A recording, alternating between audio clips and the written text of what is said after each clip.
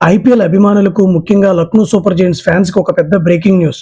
గత 2 సీజన్లుగా లక్నో జట్టుకు ప్రాతినిధ్యం వహిస్తున్న స్టార్ ప్లేయర్ రిషబ్ పంత్ తన కెప్టెన్సీ బాధ్యతల నుండి తప్పుకున్నాడు. అసలు ఏం జరిగింది? పంత్ ఈ నిర్ణయం ఎందుకు తీసుకున్నాడు? లక్నో తదుపరి కెప్టెన్ ఎవరు?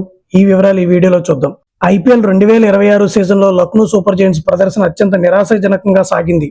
పాయింట్ల పట్టికలో అట్టడుగు స్థానంలో నిలవగా అనగా 10వ స్థానంలో నిలవడంతో తీవ్ర ఒత్తిడికి గురైన రిషబ్ పంత్ జట్టు నాయకత్వ బాధ్యతల నుండి తప్పుకోవాలని నిర్ణయించుకున్నాడు. ఈ విషయాన్ని ఫ్రాంచైజీకి తెలియజేయగా యాజమాన్యం దానికి ఆమోదముద్ర వేసింది. LSG director of cricket Tom moody ఈ అభిప్రాయాన్ని అధికారికంగా ప్రకటించాడు. పంత్ రాజీనామాపై టామ్ మూడీ స్పందిస్తూ రిషబ్ స్వయంగా మమ్మల్ని సంప్రదించి ఈ అభ్యర్థన చేశాడు. మేము దానిని గౌరవంగా అంగీకరించాము. ఇలాంటి నిర్ణయాలు తీసుకోవడం ఎవరికైనా కష్టమే. డ్రెస్సింగ్ రూమ్ కు అతను అందించిన సేవలకు కృతజ్ఞతలు.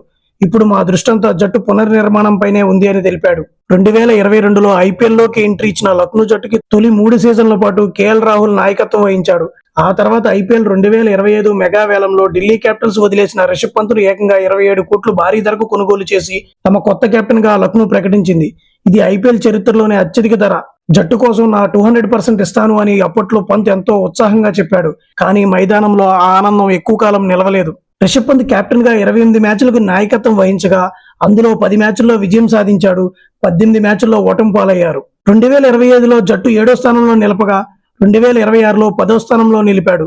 బ్యాటింగ్ ప్రదర్శన 2025లో 269 పరుగులు చేశాడు. 2026లో 13 ఇన్నింగ్స్ల్లో 312 పరుగులు చేశాడు.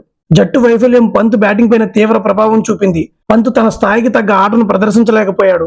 గత వారం పంజాబ్ కింగ్స్ తో జరిగిన చివరి లీగ్ మ్యాచ్ తర్వాత మాట్లాడిన టామ్ మూడీ నాయకత్వ ఒత్తిడి పంత్ బ్యాటింగ్ పైన పడిందేమో అనిపిస్తుందని అప్పుడే ఒక హింట్ కూడా ఇచ్చాడు.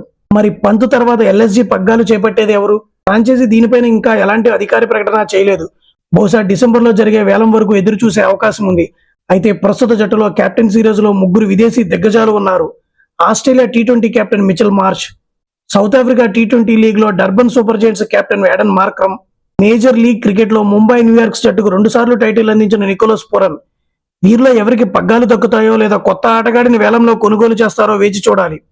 ఇది లక్నో సూపర్ జైంట్స్ మరియు రిషబ్ పంత్ కు సంబంధించిన తాజా అప్డేట్. పంత్ కెప్టెన్సీ నుంచి తప్పుకోవడం సరైన నిర్ణయమేనా?